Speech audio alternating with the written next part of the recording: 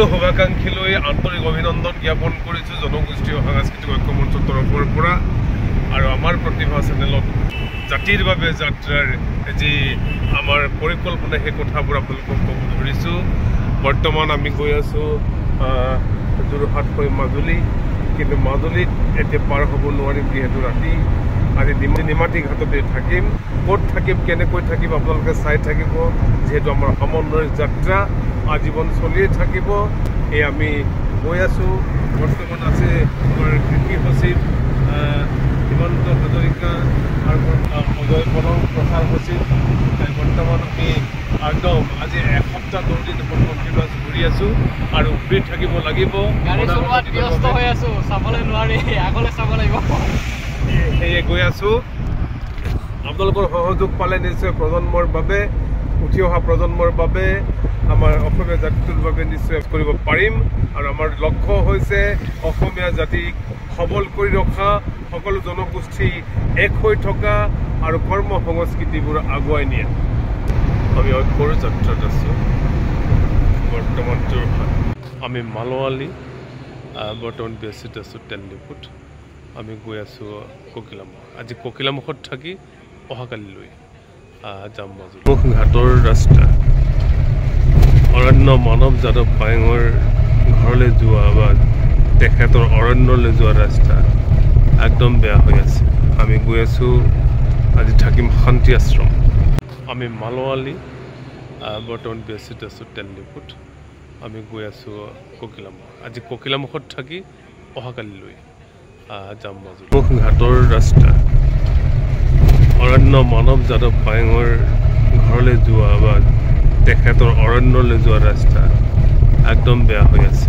আমি গৈ আছোঁ, আজি থাকিম শান্তি আশ্ৰম।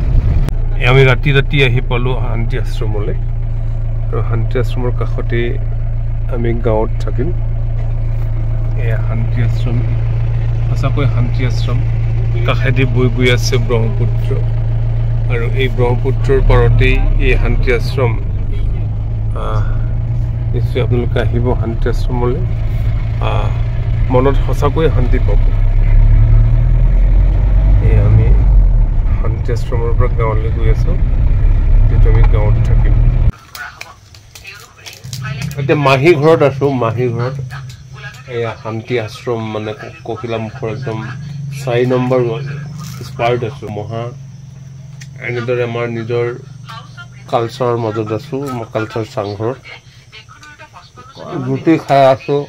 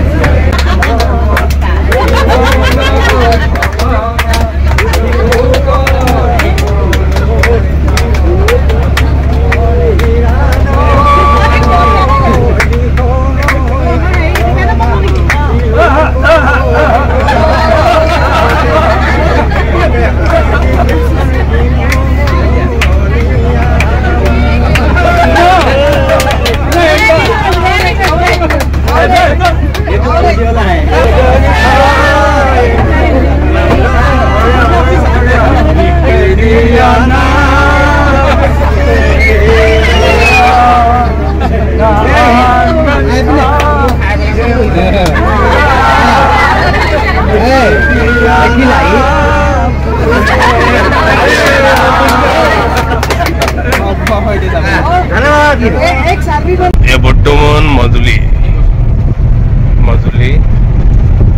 এই ঠাইতে মোৰ মাৰ ঘৰ আছিলে।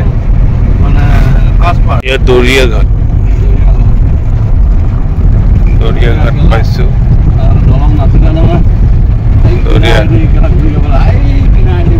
দৰিয়াঘাট পাইছোঁ।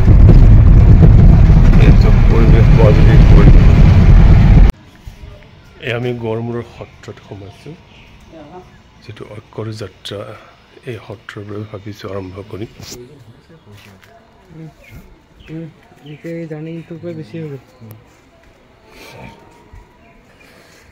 শ্ৰী শ্ৰী বংশী গোপাল দেৱ আলহী ঘৰ আছে আলহী ঘৰতো দিব পাৰি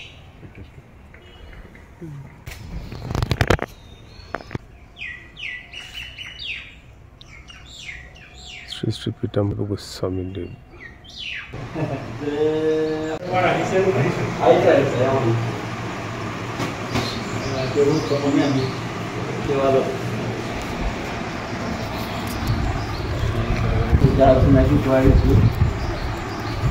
আমাৰ মাজুলী জিলা সাংস্কৃতিক ঐক্য মঞ্চৰ এয়া সভাপতি আমাৰ মাজুলী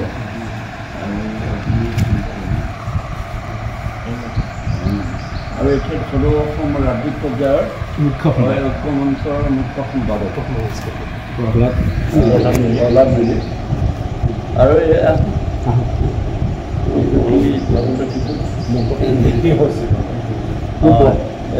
আমাৰ নামটো কোৱা সীমান্ত হাজৰিকা আৰু এইটো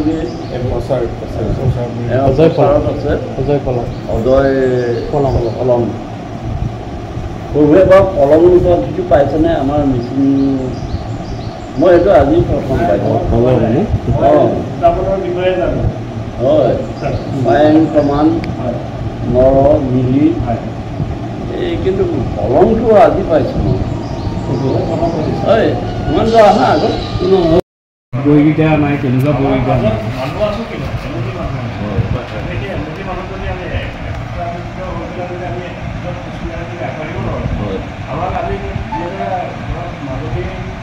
মাজুলীয়ে যিদৰে ল'ৰা কমলীয়াই মানে মানুহৰ এটা যি ভক্তি সৃষ্টি কৰিছে গতিকে মাজুলীৰ বাতাবৰণটো ঠিক সেইদৰে মানে আমি ৰাখি আছোঁ চলি থাকে তেনেদৰে চব ভক্তি সৃষ্টি কৰি আছে এতিয়া সেই বস্তুখিনি ধৰক নাইকিয়া কৰিবৰ কাৰণে আমি সমৰ্থন আমি একতা হ'ব লাগে মই কি কৈছোঁ আমি বুজি পাইছে একদম মানে এই সাংস্কৃতিক একতাটো লাগিবই লাগিব নহ'লে গত্যন্তৰ নাই আপুনি কোৱাৰ দৰে নিজৰ বিপদ নিজে আমি চপাই আনিম আপোনালোকৰ মাজুলী গড়মূৰ সত্ৰৰ পৰা আৰম্ভ কৰি আমি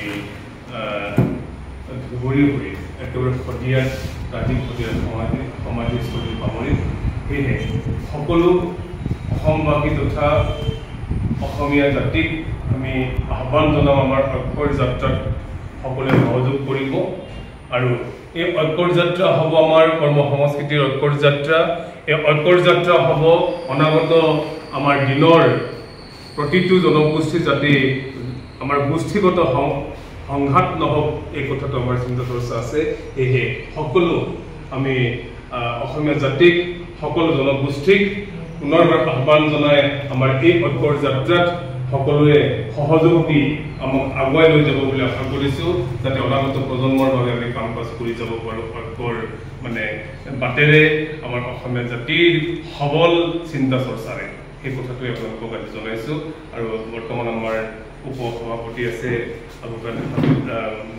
ভূপেন দত্ত ডাঙৰীয়া সেইটো কাৰণে তেখেতকো দুভাষাৰে ক'বৰ বাবে মই অনুৰোধ জনাইছোঁ জনগোষ্ঠীয় সাংস্কৃতিক ঐক্য মঞ্চৰ যি এক অবিৰত যাত্ৰাৰ কথা উল্লেখ কৰিছে মুখ্য সম্পাদক প্ৰহ্লাদ মিলি ডাঙৰীয়াই আমি তেখেতৰ প্ৰতি আন্তৰিক কৃতজ্ঞতা জনাইছোঁ যিহেতু এই মহান অসমীয়া জাতিটোক সৃষ্টিৰ বুকুত স্থিতি কৰি ৰাখিবৰ বাবে যি প্ৰয়াস কৰিছে যি চেষ্টা কৰিছে বিভিন্ন জনজাতি আৰু বিভিন্ন জাতি জনগোষ্ঠীৰ সংমিশ্ৰণত এই মহান অসমীয়া জাতি বিশ্বাস আছে তাৰ ইউনিটি ইন ডাইভাৰ্চিটি বিভিন্নতাৰ মাজত ঐক্য আমাৰ সমাজত মানুহ সমাজত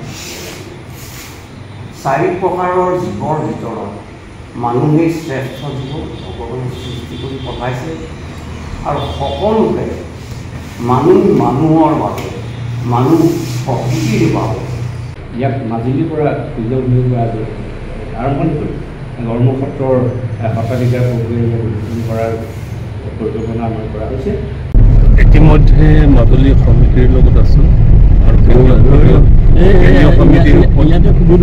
কেন্দ্ৰীয় সমিতিৰ উপ সভাপতি ডাঙৰীয়াৰ লগত আছোঁ মাজুলী জিলাৰ সভাপতিৰ লগত আছো আমি ঐক্যৰ যাত্ৰা আৰম্ভ কৰিছো মাজুলীত আজিৰ